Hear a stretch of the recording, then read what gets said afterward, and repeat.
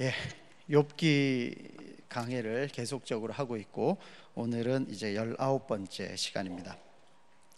잠언과 전도서 그리고 욥기를 묶어서 지혜문학이라고 하는 말씀을 많이 들으셨을 테고요.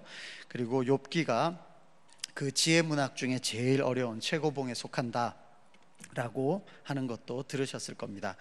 그리고 이제 욥기가 사실 1장, 2장에서 끝이 나면 참 쉬웠을 것 같아요. 그죠? 1장과 2장을 읽어보시면 뭐 그렇게 어려운 내용이 있는 것도 아니고, 그래, 이제 우리가 흔히 표현하는 고진감래, 그죠? 고생하더라도 그 고난을 참고 견디면 결국 낙이 온다, 기쁨이 온다, 하나님께서 마지막에 갚아주실 것이다, 해피엔딩으로 끝나는 마지막 장까지, 그죠? 1장과 2장 그리고 마지막 장, 이 뼈대를 이루고 중간에 욥과 그의 친구들이 대화하는 건 그냥 한 두세 장 정도만 이렇게 잠시 있다가 그렇게 넘어갔으면 참 쉬웠을 것 같아요. 참 쉬웠을 것 같은데, 물론 그렇게 하면은 욥기가 뭐 지혜문학에 속하지도 않았을 겁니다. 읽으면 읽을수록, 특별히 욥의 친구들과 욥의 대화를 읽으면 읽을수록 정말 어렵구나.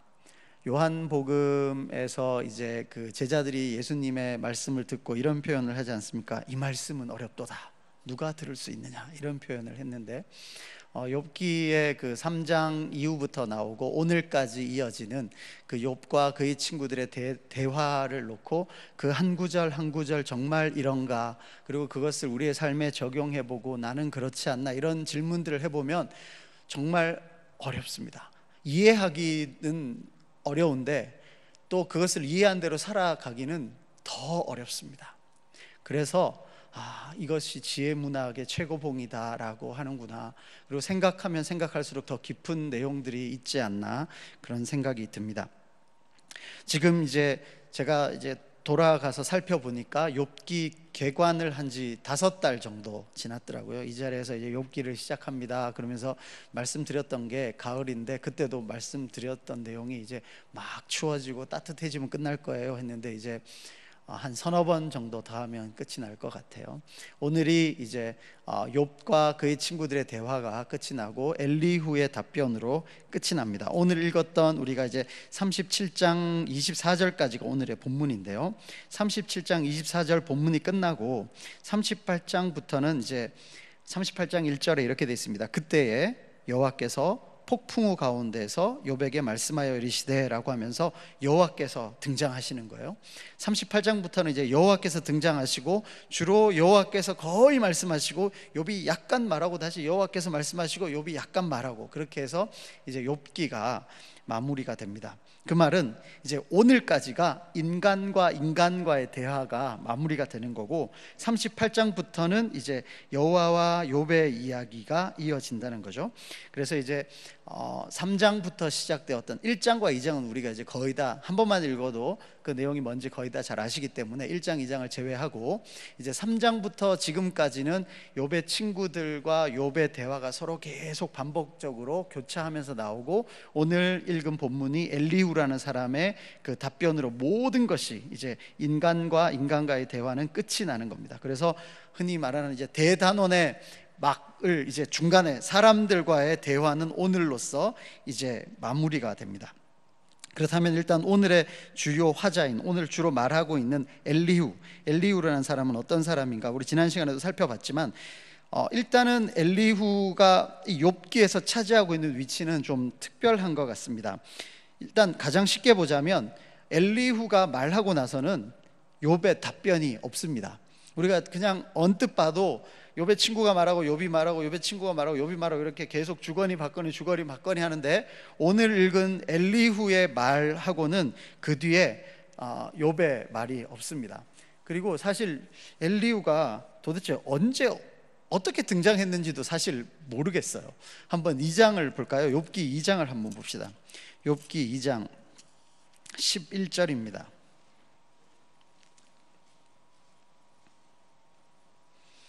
욥기 2장 11절입니다. 같이 읽어볼까요? 시작.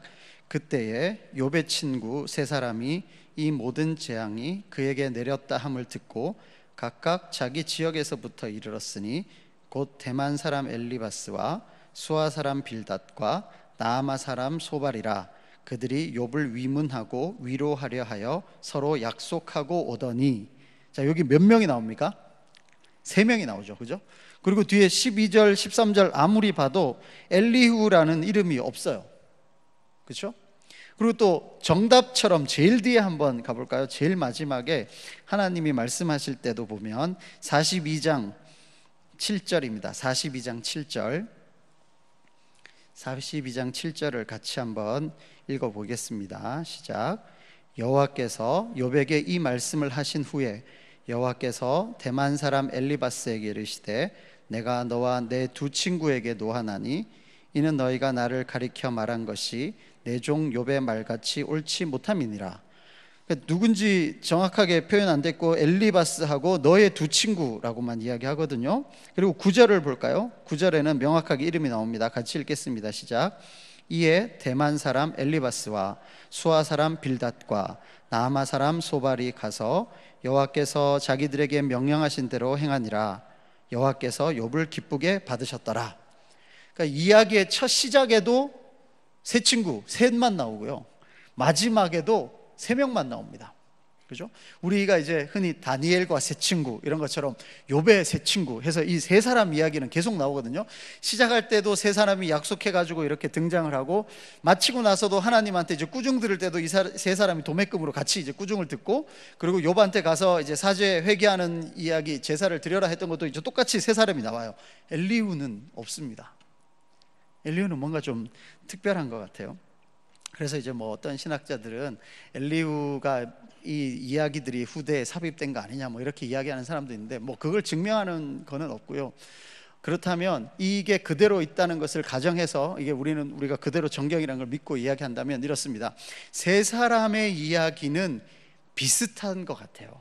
비슷하고 또 하나님의 평가도 이 세 사람은 같이 너네 욥에게 잘못했으니까 욥한테 잘못했다고 말해라 라고 말하는 것처럼 이제 이 세 사람은 같은 급으로 이제 분류가 됩니다. 그리고 이 세 사람도 말하고 대답하고 말하고 대답하고 계속 이렇게 이어지거든요. 그런데 엘리후는 말을 했는데 욥은 답변이 없어요. 그러고 나서 이제 그렇다면 엘리후의 말이 뭔가 좀 특별한 것 같다. 그럼 엘리후의 말은 그럼 그 앞 사람들과 뭐가 다른가라는 생각을 가지고 이제 봐야 하지 않을까. 물론 똑같은 그 문장들 비슷비슷한 것들이 상당히 많습니다. 엘리후가 하는 말 중에. 그렇지만 그가 하는 말에 거의 한 80% 정도 지나가는 무렵부터 뭔가 조금 달라요. 그리고 뒤에 여호와께서 나타나셔서 하시는 말씀하고 비슷한 부분들이 나오는 걸로 봐서 아마 이제 욥과 그의 친구들의 대화와 여호와와 욥과의 대화 사이에서 중간에 뭔가 좀 가교 역할을 하고 있는 것이 엘리후의 말이 아닌가 그렇게 생각되기도 합니다. 자, 그렇다면 다시 한번 이제 욥의 처음부터 그러면은 욥과 그의 제자들은 주로 어떤 말을 주고받았는지 뭐 완전히 이렇게 자세히 살펴볼 건 아니고요. 한번 그냥 눈으로 훑어가면서 보도록 하겠습니다. 3장에 보면은 이제 욥이 자기 생일을 저주합니다. 욥이 자기 생일을 저주해요. 너무 힘들어서 차라리 죽었으면 좋겠다가 아니라 차라리 태어나지도 않았으면 좋겠다 할 만큼 욥은 자기의 생일을 저주합니다. 그리고 나서 4장에 이제 그 성경책에 보면은 이렇게 문단 이렇게 소제목 붙어 있는 게 있나요? 그런 성경 많이 갖고 계시죠? 4장 제일 위에 뭐라고 돼 있습니까? 엘리바스의 첫 번째 말. 그러니까 이제 최소한 두 번째 이상이 있다는 거겠죠. 엘리바스가 이제 첫 번째로 4장부터 5장까지 엘리바스가 말합니다. 그리고 나서 뒤를 이제 바로 그냥 넘겨보시면 6장에서 7장은 욥이 대답을 하는 거거든요. 그래서 엘리바스의 첫 번째 말에 시작하는 것이 사실은 거의 계속적으로 반복되고 있는 겁니다. 4장 7절을 보겠습니다. 4장 7절 같이 읽겠습니다. 시작. 생각하여 보라. 죄 없이 망한 자가 누구인가? 정직한 자의 끊어짐이 어디 있는가? 이게 사실은 계속적으로 반복되는 욥기의 중요한 질문 중에 하나입니다. 이거는 거슬러 올라가면 1장에 나타났던 사탄의 질문하고도 또 똑같은데요. 사탄이 하나님한테 그러지 않습니까? 지금 욥이 저렇게 신앙이 좋은 거는 하나님이 잘 해주셔서 그런 거 아닙니까? 그러니까 욥의 신앙하고 욥의 이제 복 받은 내용이 서로 연관이 있어서 그런 거 아닙니까?라고 하는 거고요. 동전의 양면처럼 그 반대로 한다면 이 사람이 어떤 고난을 받는다는 것은 이 사람의 죄 때문이다라는 것이 이제 욥의 친구들의 생각이었습니다. 그것을 이제 사람의 행위를 따라 갚으신다. 이제 엘리후가 이제 정리해서 말하는 거죠. 사람의 행위대로 갚으신다. 죄 없이 망한 사람 어디 있느냐? 이제 친구들의 말을 정리하면 이런 거죠. 네가 지금 이렇게 고난을 당하는 거는 뭔가가 이유가 있을 거다. 네가 생각을 못해서 그럴 거지. 쉽게 말해 털어서 먼지 안 나는 사람 없는데 네가 고난을 받는 데는 다 그만한 이유가 있다. 그것이 욥의 친구들이 계속적으로 욥에게 하는 말입니다. 근데 욥이 이제 나는 그런 적 없다라고 하면서 더 크게 친구들에게 이제 따지듯이 질문한 게 이거죠. 너희 말대로라면 아기는 어떻게 생존하고 지금 장수하고 있냐? 그때 당시에도 지금처럼 그랬나 봐요. 누가 봐도 나쁜 사람인데, 우리가 흔히 표현하면 귀신은 뭐하냐, 저런 놈 안 잡아고 하는 저런 사람, 그런 사람들이 여전히 살아있고 장수하고 무병하고 영화를 누리고 부귀하고 자자손손 잘 먹고 잘 사는 게 눈앞에 뻔히 보이는데, 그럼 그 사람들은 왜 고난 안 당하고, 나 요만큼 잘못 있는 것 같은데 그것 때문에 고난 당하는 나는 어떻게 설명할 수 있느냐? 이것이 욥이 계속적으로 친구들에게 항변했던 내용입니다. 다시 말해, 지금 내가 받고 있는 고난의 양이 내가 지은 죄하고 비교해 봤을 때 너무 중하다는 거죠. 양팔저울로 이렇게 따져보면은 이쪽이 내가 지금 받고 있는 고난의 양을 올려놓고 이쪽이 내가 지은 죄의 양을 올려놓고 봤을 때 이쪽이 너무 중하다는 거죠. 나 지은 죄보다 내가 받고 있는 고난이 더 크다. 지금 이건 뭔가가 문제가 있다라고 욥이 항변하고 있는 겁니다. 이것은 지금 이제 계속적으로 욥의 친구들에게서 말해댔고 그 다음에 사탄의 입에서도 말했는데, 이건 결국은 우리에게도 계속적으로 질문되어지고 또 우리가 여기에 잘 이렇게 빠져드는 너무나 보편적이고 일반적인 내용입니다. 뭐냐면 우리 인간들, 그러니까 우리 이제 흔히 말하는 종교성이라는 것, 이것은 우리의 어떤 행동에 따라 그 저주와 복이 결정된다라고 생각하는 사상이거든요. 이제 뭐 흔히 이제 뭐 행위 구원이라고 말할 수도 있고 공로 사상이라고 말할 수 있고, 그 이름은 이제 다양하게 붙일 수 있는 겁니다. 정말 이제 어려운 이야기인데 순서대로 분명히 짰는데 또 어려운 이야기가 저한테 걸렸어요. 이게 잘 설명해낼 수 있을지 모르겠습니다.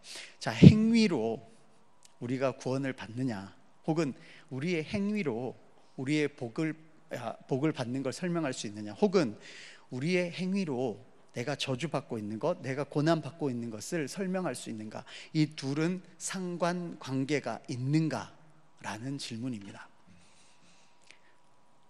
우리 인간들은 은연중에 항상 이쪽으로 결론 내기가 참 쉽습니다. 머리로는 아니다라고 이야기하는데 조금만 돌아놓고 조금만 더 질문하고 조금만 더 안으로 들어가 보면 우리 안에는 이 사상이 내가 받을만 해서 라는 사상이 깔려 있는 거죠. 제가 이제 주로 자주 쓰는 영어로 써서 죄송합니다만 이렇게 저는 이제 정리하고 이해합니다. 뭐냐 하면 이제 to be a Christian 해서 이제 그리스도인이 되기 위해서는 아무것도 할 게 없습니다. 어떤 것도 보탬이 되지 않습니다. 근데 as a Christian 해서 그리스도인으로서 살아가는 데 있어서는 참 많은 일들이 우리에게 요구됩니다. 근데 그것이 의무조항으로 있는 것은 아니라는 거죠. 이것이 우리가 잘 정리되어 있어야 하는데, 이것이 흔들리면은 지금 욥과 그의 친구들이 말하는 이 같은 레벨에서 계속 부딪히는 거죠. 지금 욥의 친구와 욥의 이야기가 결국은 똑같은 건데 뭐냐면, 네가 고난 받는 거는 그만한 죄를 지은 게 있다. 있다고 지금 욥은 항변은 내 고난에는 그만한 죄가 없다. 결국은 죄와 고난의 양의 문제지 죄와 고난은 연관관계가 있다는 걸 계속적으로 서로가 똑같은 이야기를 하고 있는 거거든요. 그리고 욥은 뭔가 하나님께 착오가 있겠지, 누군가 중재자가 있으면 내가 이 정도로 고난받을 건 아닐 텐데 라는 똑같은 이야기를 하고 있는 겁니다. 신학적으로 이야기하면 이래요. 칭의 들어보셨죠? 칭의, 의롭게 여김을 받는다, 그죠? 의롭다고 여김을 받는 칭의와 그다음 성화라고 그러죠. 성화, 이제 거룩하게 살아가는 삶. 우리는 머리로는 분명하게 이해하고 있습니다. 우리가 먼저 칭의, 거룩해, 의롭다고 여김을 받은 자로서, 그러니까 as a Christian, 그렇게 받은 자로서 그 다음에 성화의 삶을 살아가는 거다라고 분명하게 머리로는 이해해요. 근데 우리의 삶으로는 어떠냐면 우리의 그 성화되는 삶, 그 성화의 삶이 우리의 칭의의 근간이 되는 것처럼, 더 쉽게 표현하면요, 그냥 내가 새벽기도 열심히 하고 말씀 잘 읽고 그 다음 내가 봉사하고 여러 가지 이렇게 하는 것, 이것이 중요해 보이고 이것이 거의 전부인 것처럼 자꾸 보인다는 거죠. 이게 우리에게 참 위험하게 항상 도사리고 있는 문제입니다. 이게 흔히 그냥 더 쉽게 표현하면 이제 공로사상이라고 크게 묶어서 볼 수 있겠는데요, 제일 낮게는 이렇게 됩니다. 벼룩에도 낯짝이 있지. 하나님이 우리를 이렇게 구원하시는데, 혹은 예수님이 저렇게 십자가 고난을 당하셨는데 내가 뭐라도 조금이라도 해서 도움이 돼야지 라고 생각할 수 있는 거죠. 만약에 누가 물에 빠졌다고 생각했을 때, 저 사람을 구해줄 때, 혹은 내가 물에 빠져 있는데 하나님이 우리를 구원하시기 위해서 뭐 구명조끼라도 던지든 뭐 줄을 던지든 하면 내가 조끼라도 찾아 입고 아니면 줄이라도 안 떨어지게 꼭 붙잡아 매고 그렇게 구원을 받아야 되는 거 아닌가라고 생각하는 거죠. 근데 이제 뭐 신학적으로 이야기하자면 우리는 인사불성 단계인 겁니다. 구명조끼가 던져졌는지 줄이 우리한테 왔는지 내가 그걸 잡아야 되는 건지 말아야 되는 건지 아무것도 모르는, 구제불능, 우리 자력으로는 도무지 뭘 할 수 없는 그런 상태이다라는 거죠. 거기에 어떤 공로도 우리의 의도, 우리의 행위도 개입할 수가 없어요. 근데 조금만 지나면 우리는 자꾸 여기에 우리의 행동을, 우리가 뭘 할 수 있는 것 같은 그 가능성을 자꾸 열어두고 이야기한다는 거죠. 그래서 이제 뭔가 그럭저럭 괜찮은 삶을 살아가고 있는 거 말이죠. 지금 이렇게 수요 기도회도 나오고 새벽 기도도 나오고 내가 혼자 큐티도 하고 말씀도 읽고 그 다음에 적어도 한 가지 이상 사역도 하고 여러 가지 뭔가 그래도 사람들이 봤을 때 저 사람 참 신앙 좋네 라고 말할 수 있는 외형적인 것들을 갖추어 나가려고 하고 있단 말이에요. 그리고 뭔가가 흔들릴 때 그래도 이 외형적으로 갖춘 이것이 나를 안전하게 보호해 주는 것처럼, 나의 구원을 이렇게 증명해 보이는 것처럼 이렇게 생각하기가 쉽다는 겁니다. 그런데 문제는 거기까지면 참 괜찮은데, 그나마 괜찮은데 여기에서 이제 두 가지 갈래길로 갈라지잖아요. 여기서 그래서 정말 열심히 하는 경우, 계속 열심히 잘하는 경우 말이죠. 잘 되는 경우가 많지 않겠지만, 그죠? 잘하는 경우 어떻게 됩니까? 우리는 우월감에 빠지잖아요. 그리고 그렇지 못한 사람을 판단, 비판, 정죄하기가 참 쉽습니다. 저를 돌아봐도요, 정말 그렇게 열심히, 그리고 그때 이제 뭐 대학교 때 제자훈련 프로그램 막 이래가지고 도표 그려가면서 막 시간표 그려가면서 몇 시에 일어날 걸 계획하고 하루 계획표 짜고 그 옆에 또 잘했는지 평가하고 일주일을 계획하고 몇 달을 1년을 해서 정말 열심히 했거든요. 정말 열심히 했는데 그렇게 막 열심히 하니까 뭐가 되냐면 나는 뭔가 좀 낫다, 그렇지 않은 친구들보다 내가 좀 낫다 라는 생각이 드는 거예요. 여기서만 또 멈추면 다행인데 그렇지 않은 사람들을 보면서 왜 그러는데, 왜 열심히 안 하는데, 그러니까 네가 이렇지, 욥의 친구들이 하는 말을 그냥 하게 되는 거예요. 나 열심히 살아가는 거는 뭐 모르겠는데 내가 뭔가 더 특별하다는 생각에 사로잡히고 혹은 그렇지 못한 사람들을 정죄하기가 정말 쉽더라고요. 근데 또 반대로의 경우도 있잖아요. 잘 안 돼요. 또 습관적인 죄에 빠지는 사람도 있습니다. 실패를 하고 다시 계획 세우고 실패를 하고 이걸 반복해요. 그러다 보니까 나는 안 돼. 뭔가 자기를 자꾸 비하하고 포기하게 되고 우울해지고 움츠러들고, 그러니까 점점 이렇게 소극적인 신앙인의 자세로 점점 바뀌어가는 거예요. 이쪽으로 가도 뭔가 이상하고요, 이리로 내려가도 뭔가 이상한 겁니다. 왜냐하면 그 중간에는 내가 뭘 어떻게 하느냐가 포인트가 있었거든요. 근데 여기서 또 하나 더 나가면요, 이러다가 뭔가 힘든 일을 딱 만나요. 열심히 하다가 힘든 일을 만약에 만났다고 칩시다. 그게 이제 욥인 거예요. 아니, 제가 이렇게 살아왔는데 하나님 저한테 어떻게 이러실 수가 있습니까? 뭔가 잘못된 거 아닌가요? 하나님 정말 섭섭합니다. 내가 지난 몇 년간 얼마나 힘들게 이렇게 살아왔는데, 쟤는 저렇게 마음대로 살고 쟤는 저렇고 쟤는 저렇고 저런데 저는 그렇지 않게 정말 제대로 살려고 노력을 이만큼 했는데 왜 제가 지금 이런 대접을 받아야 합니까? 쉽게 말해 하나님하고 저하고 둘이 앉아가지고 계산서 내미는 거죠. 저 이만큼 했는데요, 하나님 지금 저한테 주시는 거 이게 지금 맞습니까? 서로 계산이. 욥이 하고 있는 이야기, 똑같은 이야기를 하게 되더라는 거죠. 이렇게 행위, 내가 뭘 어떻게 한다라는 것을 가지고 이야기하면 결국은 하나님을 우리가 이용하는 거예요. 내 목적을 위해서 하나님을 이용하는 거죠. 마치 알라딘의 마술 램프를 문지르듯이 문지르는 행동의 내용이 착한 일 하기, 하나님 말씀 잘 듣기, 혹은 다른 사람 위해 살기, 내 거 희생하기, 이런 여러 가지 일들을 통해서 결국은 내 소원 이루는 겁니다. 궁극적으로는 내 구원을 이루기 위한 거죠. 그것의 가장 핵심은 나예요, 나. 욥과 친구들이 계속 서로 이렇게 반론을 제기하는 그 핵심은 나입니다, 나.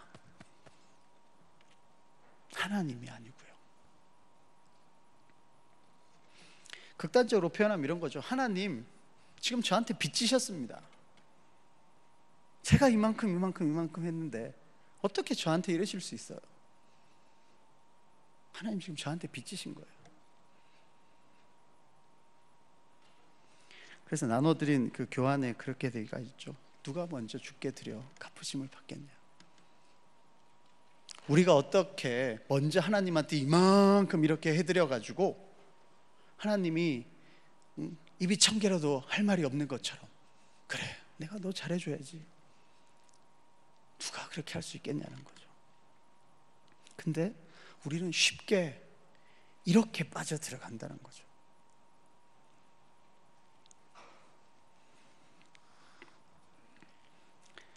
그리고 이어지는 것은 또 비슷한 내용입니다. 뭐냐면 하나님은 높이 계신다, 하나님은 위대하시다, 하나님은 전능하시다, 이걸 막 강조합니다. 근데 우리는 그를 알 수가 없다.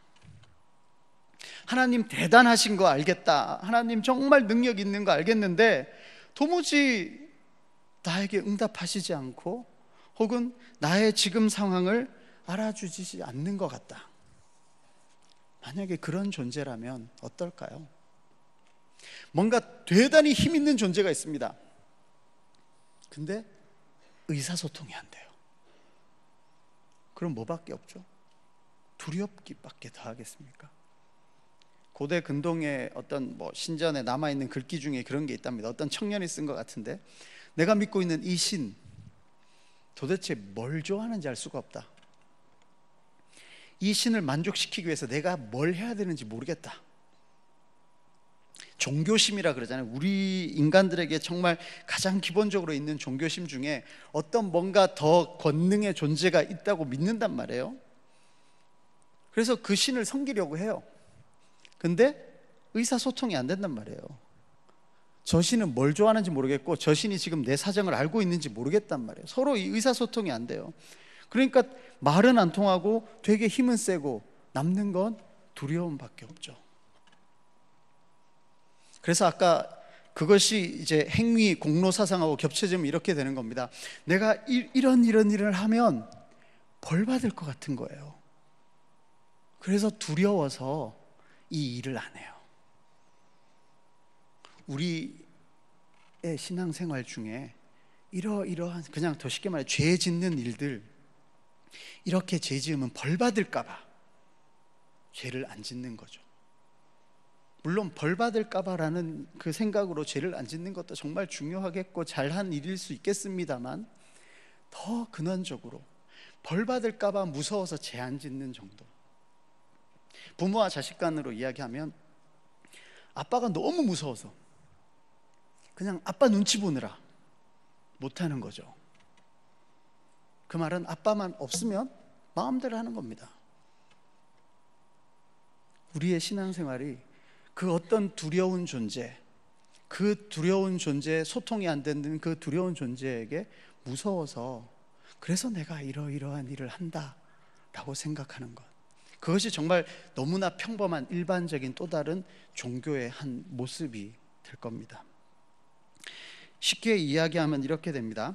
자, 어떤 사람이 나쁜 일을 해요. 그래서 그걸 못하게 하려고 할 때, 야, 너 그렇게 하면 저런 사람들처럼 돼. 너 저런 사람처럼 되고 싶어? 넌 아니잖아. 이렇게 말할 수 있어요. 혹은 어떤 이러이런 나쁜 일을 해요. 그러면 너 큰일 난다. 너 그러면 이제 종교적으로 표현하면 너 하나님과의 관계도 깨어지고 사람과의 관계도 깨어진다. 그러니까 하면 안 돼. 다 맞는 말 같아요. 근데 이거는 결국은 이제 다른 사람의 평가나 그 다음에 그로 인해서 나한테 빚어지는 어떤 손해나 이런 것들 때문에 하지 말라는 거고요. 또 이거는 아까 말했듯이 무서워서 형벌을 피하기 위해서 이 일을 안 하게 되는 겁니다. 근데 이 둘 다가 아닌가 봐요. 왜냐하면 욥의 친구들이 다 이런 이야기하고 욥도 이런 이야기하는데 그거 다 아니라는 거예요.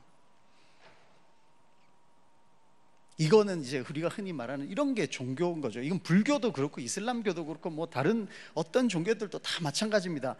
어떤 좋은 일을 해라, 나쁜 일을 하지 마라는 그 내용은 거의 비슷합니다.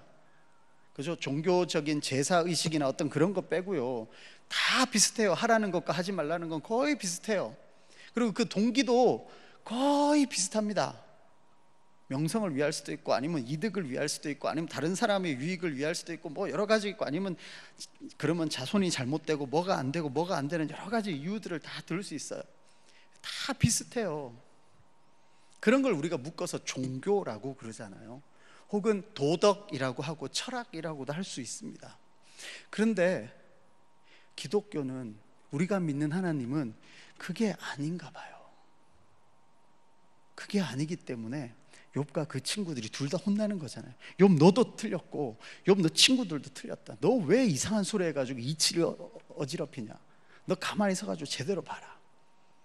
그렇게 이야기하고 계시는 거죠. 하나님의 오묘한 일을 깨달아라 라는 것이 바로 오늘의 본문의 또 다른 표현인데요. 37장 14절을 한번 봅시다.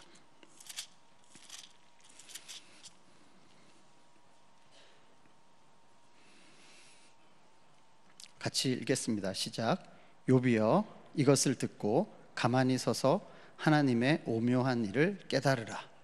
명확하진 않지만 엘리후의 답변 안에서 뭔가 여기서부터 이제 변화가 있는데요. 욥이여, 이것을 듣고 가만히 서서, 이제 우리가 흔히 가만히 서서라는 것을 이야기할 때는 그 홍해 앞에 서서도 가만히 서서 하나님이 하시는 일을 봐라 했던 것처럼 뭔가 인간적인 어떤 일들을 좀 이제 그만두고 이제 가만히 서서 이때까지 했던 그런 공로적인 여러 가지 그런 것들, 하나님을 만족시키려고 했던 것, 혹은 하나님이 무서워했었던 그런 모든 걸 다 가만히 놔두고 가만히 서서 하나님의 오묘한 일을 깨달으라 라고 이야기하는 겁니다.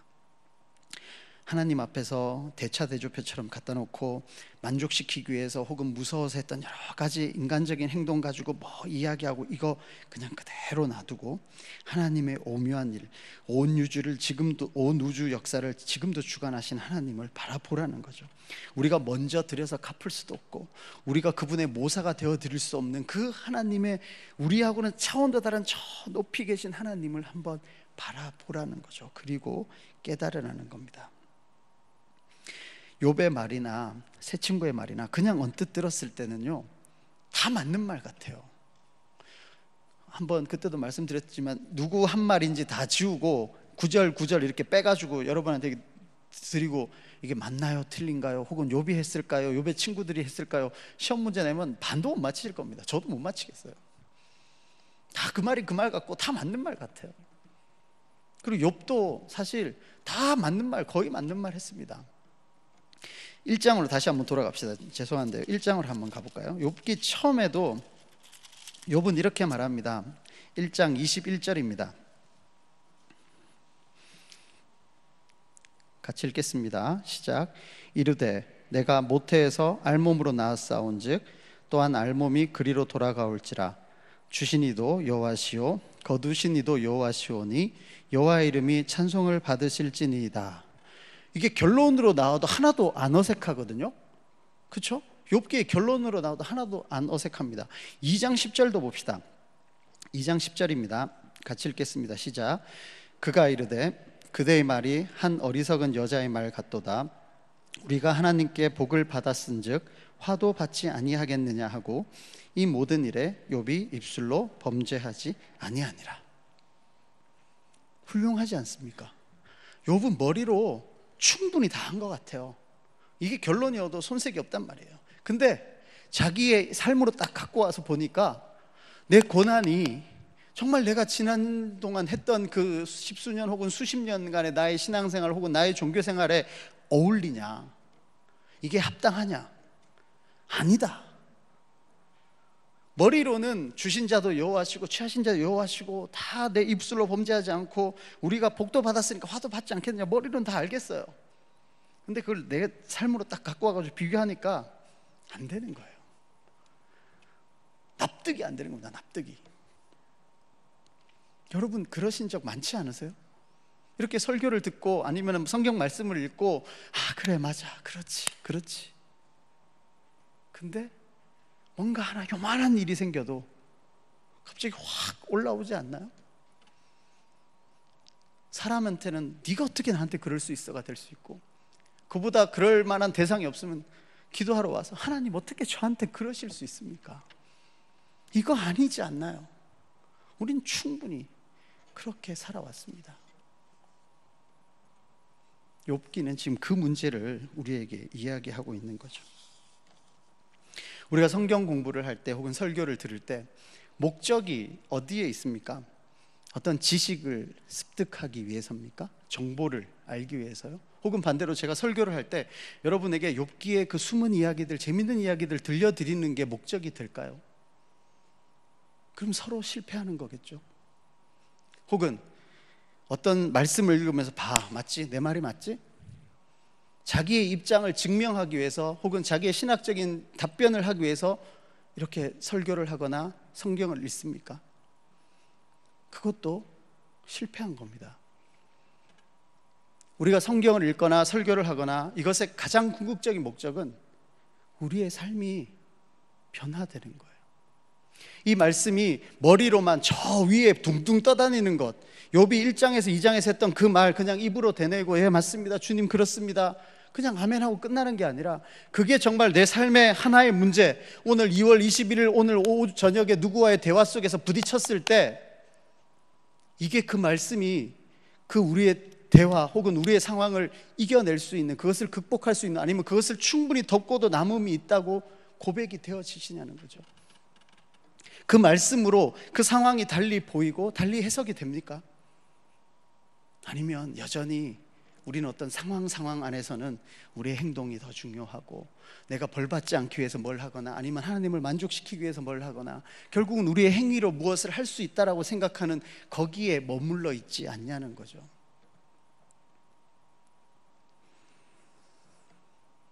정말 우리가 죽을 수밖에 없는 존재였다. 이미 죽었던 존재다. 나 하나로는 절대 구원할 수 없는 존재다. 이것을 뼛속 깊이, 마음속 깊이 인정하고 계십니까? 그런 나를 하나님이 살리셨다. 그리스도께서 십자가에서 날 위해 돌아가셨다. 그것이 오늘도 나에겐 새롭게 고백되어진다. 이렇게 살아가고 계십니까? 이러한 고백 위에, 그러므로 이 기쁨이 우리의 거룩한 삶으로 드러나는 거고, 하나님 말씀대로 순종하는 기쁨이 되는 거고, 그것이 우리에게 성령의 열매로 사랑과 희락과 화평들이 맺어져 가는 거죠. 우리가 바르게 살아가는 이유가 두려워서도 아니고 하나님을 만족시키려고가 아니라, 하나님이 이미 우리에게 하신 일이 그게 너무 기쁘고 감격이 돼서 그 기쁨과 감격으로 힘을 얻어 그렇게 살아가는 거죠. 이 순서가 약간 뒤바뀌면 별거 아닌 것 같은데요, 결정적으로 뭔가 첨예한 문제에 부딪혔을 때 이렇게 욥과 욥의 친구들처럼 이상한 이야기들을 서로 막 하고 있는 겁니다. 말씀을 정리하도록 하겠습니다. 마지막으로 우리 로마서를 한번 보시죠. 오늘 여러 번 이제 인용하기도 했던 로마서 11장이 이제 깊도다 하나님의 지혜와 지식의 풍성함이라는 게 있는데요, 그 전에 8장을 먼저 봅시다. 8장입니다. 로마서 8장 35절 그리고 38, 39절인데요 우리 35절 같이 읽읍시다. 시작. 누가 우리를 그리스도의 사랑에서 끊으리요? 환난이나 공고나 박해나 기근이나 적신이나 위험이나 칼이랴. 그리고 38절입니다. 시작. 내가 확신하노니 사망이나 생명이나 천사들이나 권세자들이나 현재일이나 장래일이나 능력이나 높음이나 기품이나 다른 어떤 피조물이라도 우리를 우리 주 그리스도 예수 안에 있는 하나님의 사랑에서 끊을 수 없으리라. 이거를 얼마나 여러분이 매일매일 혹은 순간순간 생각하며 살아가고 계십니까? 이건 이제 외부적인 이야기가 되겠죠. 이 사랑을 흔드는 것들이 환난, 공고, 박해, 기근, 적신, 위험, 칼, 뭐 여러 가지 바깥의 외부적인 것들이 그렇게 우리를 흔들 수 있겠다는 거죠. 그리고는 또 욥의 그런 이야기처럼 우리의 의가 막 올라갈 수도 있는 겁니다. 그러면서 11장 마지막에 11장 33절을 보면 이제 뭐 이스라엘과 유대인의 구원과 여러 가지들을 이야기하면서 결국은 이 모든 것들을 해보니까 바울은 와, 하나님의 지혜는 우리가 측량할 수가 없구나. 11장 33절부터 36절 같이 읽겠습니다. 시작. 깊도다 하나님의 지혜와 지식의 풍성함이요 그의 판단은 헤아리지 못할 것이며 그의 길은 찾지 못할 것이로다. 누가 주의 마음을 알았느냐? 누가 그의 모사가 되었느냐? 누가 주께 먼저 드려서 갚으심을 받겠느냐? 이는 만물이 주에게서 나오고 주로 말미암고 주에게로 돌아감이라. 그에게 영광이 세세에 있을지어다. 아멘. 이게 욥기의 마지막하고 똑같은 거잖아요. 그리고 나서 12장에 그러므로 형제들아 내가 하나님의 모든 자비하심으로 너희를 권하노니 너희 몸을 하나님이 기뻐하시는 거룩한 산제물로 드리라. 이는 너희가 드릴 영적 예배니라. 너는 이 세대를 본받지 말고 오직 마음을 새롭게 함으로 변화를 받아 하나님의 선하시고 기뻐하시고 온전하신 뜻이 무엇인지 분별하도록 해라. 이 1절 2절만 그냥 떼놓고 생각하면 아까 욥기처럼 또 돌아가는 거예요. 우리가 그 하나님이 기뻐하시는 거룩한 산제물로 드려야 되는데 두렵고 떨림으로 막 나 벌이 무서워서 혹은 아니면 하나님을 만족시켜가지고 막 어떻게 뭘 해봐야지 하면서 이렇게 행하면 안 된다고요. 그렇지 않다고요. 하나님의 그 지혜를 알고 누가 우리가 모사가 될 것이며 누가 우리가 먼저 어떻게 드려가지고 갚으심을 받겠어? 도무지 그런 거 아니에요. 그런 거 아니다. 우리 어떤 것도 하나님의 사랑에서 우리를 끊을 게 없다. 그러므로 형제들아, 내가 하나님의 모든 자비하심 너희를 권한다.